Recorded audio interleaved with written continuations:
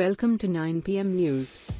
In today's segment, we bring you the latest headlines from Africa, covering significant events and developments across the continent. A tragic incident occurred in Nigeria, where 86 people were killed in a tanker explosion. Additionally, 52 others suffered severe burns in this latest tanker explosion in Africa's largest economy, amid rising fuel costs.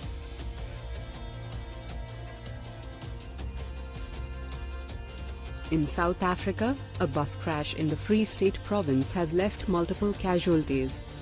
4 bodies remain unidentified following the incident. Authorities are working diligently to identify the victims and provide support to the affected families.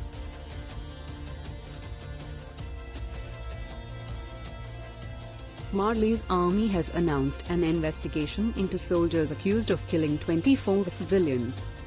This move comes amid ongoing efforts to address human rights concerns and ensure accountability within the military.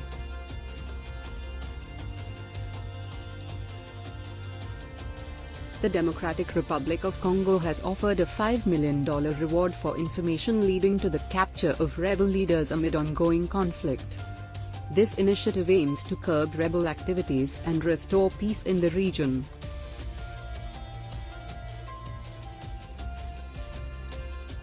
Uganda has confirmed 1 death in an Ebola outbreak.